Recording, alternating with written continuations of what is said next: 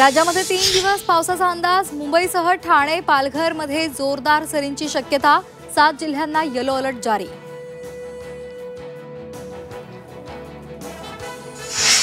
Mumbai Pune express वेवर लवकरच 10 पदरी होणार। MSRDC लवकरच सरकारला प्रस्ताव पाठवणार।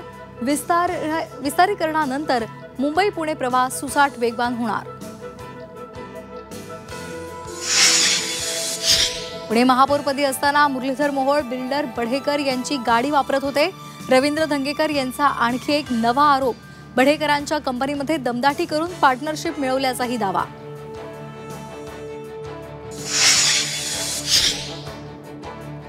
रवींद्र धंगेकरांवर कारवाई होणार तर नवी मुंबईतही तोच नियम लागणार का?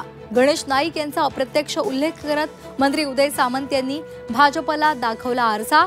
महायुतीमध्ये वाद होण्याची शक्यता।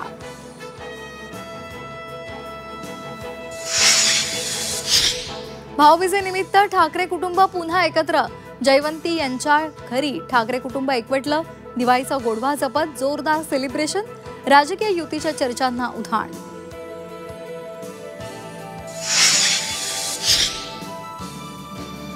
छत्रपती संभाजीनगरमधल्या RSSच्या कार्यालयावर वंचितचा मोर्चा। पोलिसांनी परवानगी नाकारल्यानंतरही प्रकाश आंबेडकर मोर्चा काढण्यावर ठाम।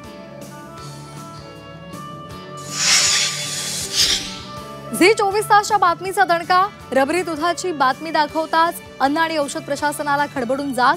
डेअरीवरून दुधाचे नमुने घेतले। 15 ते 20 दिवसात अहवाल येणार।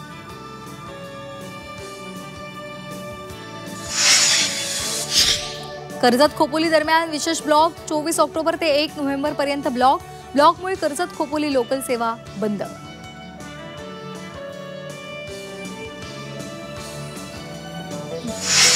भारताची युद्ध क्षमता वाढणार। 79,000 कोटींची शस्त्र खरेदीला संरक्षण खात्याच्या प्रस्तावाला मंजुरी। प्रगत नाग क्षेपणास्त्राचा समावेश।